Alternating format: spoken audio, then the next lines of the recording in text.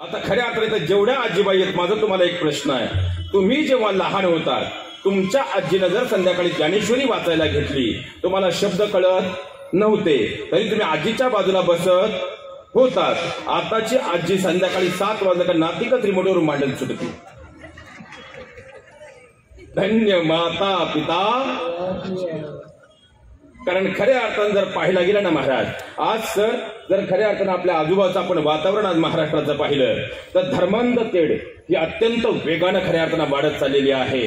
आणि खऱ्या अर्थानं जर पाहायला गेलं ना महाराज, अनम्रतेची एक विनंती खऱ्या अर्थानं आज करून जातो. आपला धर्म जर आपण समजून घेतला आणि विज्ञानिष्ठपणे जर तो अंगीकारला ना, तर आपल्याला इतर धर्मांना दोष देण्याची गरज पडणार नाही. कारण कालही आपला धर्म श्रेष्ठ होता, तो आजही आहे. पण पुढच्या पिढ्यांपर्यंत आम्ही तो शास्त्रोक्त पद्धतीने पोहोचवतोय का, याचं मात्र आत्मचिंतन व्यासपीठावर उभ्या असणाऱ्या आम्हीही आणि बसलेल्या पालक म्हणून तुम्ही करणं काळाची सगळ्यात मोठी गरज आहे. कारण आता जर पाहायला गेलं तर आज आता सोपा प्रश्न आहे महाराज, विवाह सोहळा की संस्कार?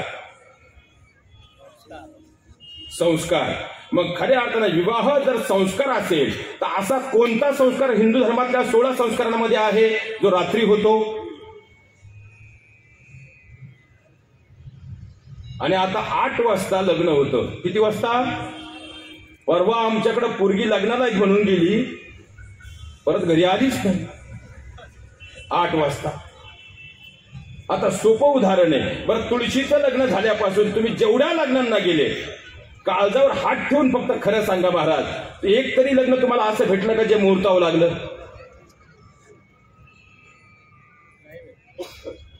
मग मुहूर्तावर जर लग्नच लावायचं नाही तर मुहूर्त पाहायचा कशासाठी? बरं, त्यातही आणखी पुढे जाऊन जर सांगायचं म्हटलं तर आता आपल्याकडे विवाह संस्कारामध्ये अंतरपाठ आहे की नाही? कारण आपण लिव्हिंग स्वीकारणारी माणसं नाहीत. आता अंतरपाठ हा विवाह संस्कारातला महत्वाचा खऱ्या अर्थानं अंग आहे. आता खरं सांगा महाराज, बाजूला सध्या ते प्री वेडिंगचं फॅड आलंय. आता प्री वेडिंग आणि त्या स्क्रीनवर जे जे दिसतं ते पाहिल्यानंतर तुम्हाला काळजापासून खरंच वाटतं का की आता अंतरपाठाची गरज आहे? हा विनोद आहे. बरं, इथं बसलेल्या सगळ्या आजीबाईंना माझा एक जाता प्रश्न आहे. आता आजी मला खरं सांगा, तुम्हाला सासरवाद जास्त का तुमच्या सुनेला सासरवाद जास्त? जेवढा तुम्हाला सासरवास होता त्याचा 1% सासरवाद तुमच्या सुनेला नाही. आणि तुम्ही जर तो करण्याचा प्रयत्न केला, ती तुम्हाला घरात ठेवील की नाही सांगता येणार नाही. पण आता जर खऱ्या अर्थानं पाहिलं तर तुम्हाला एवढा सासरवास होता पण तुम्ही घरात कधीच उलट फिरून बोलला नाही. कारण तुम्ही क्षणभर राग जरी आला तरी विचार करायचा की आपण बोलल्यानं याचे काय परिणाम होतील. आणि आताच्या मुलीला जर एक शब्द पटला नाही, ती उलट फिरून बोलल्याशिवाय राहत नाही. आणि आपण मग एक लेबल लावतो, सध्याची पिढी बिघडली. पण मी स्वतः सायकोलॉजीचा प्राध्यापक आहे महाराज, आणि एक सायकोलॉजिस्ट म्हणून सांगतो की आता खऱ्या अर्थाने याचं उत्तर जर शोधायचं असेल, त्यामध्ये त्या मुलीचा 1% चूक नाही. याचं कारण असं आहे, लक्षात घ्या महाराज, तुमच्या माझ्या घरातल्या आईला भगवान परमात्म्याने सगळ्यात मोठा जो आशीर्वाद दिलाय तो खऱ्या अर्थानं मासिक चक्राचा आशीर्वाद दिलाय. आणि मासिक चक्राच्या काळामध्ये शरीरातले हार्मोन्स अत्यंत वेगानं तीव्रतेने बदलत असतात.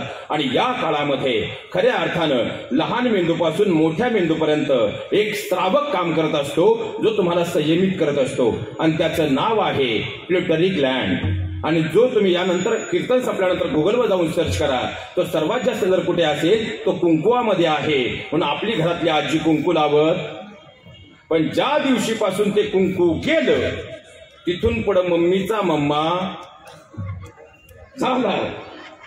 आता आणखी सोपं करून सांगतो महाराज, मग ठीक आहे तुम्हाला टिकली लावा याबद्दल मी काही म्हणणार नाही, पण कुंकू हे लावलंच पाहिजे. मग आता जर आपण आपला धर्म जोपासला, इतर धर्मांना खऱ्या टीका करायला आपल्याकडे वेळ राहील का?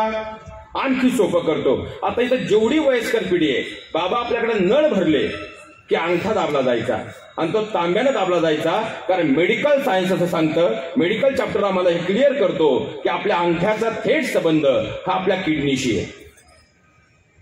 आणि खऱ्या अर्थानं तांब हे उत्तम रक्त सुचालक आहे, म्हणून अंगठा तांब्यानं दाबला जायचा. बरोबर.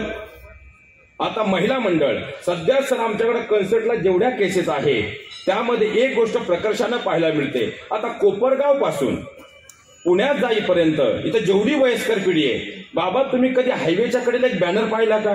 मूल होत नाही म्हणून आम्हाला येऊन भेटा. पाहिला?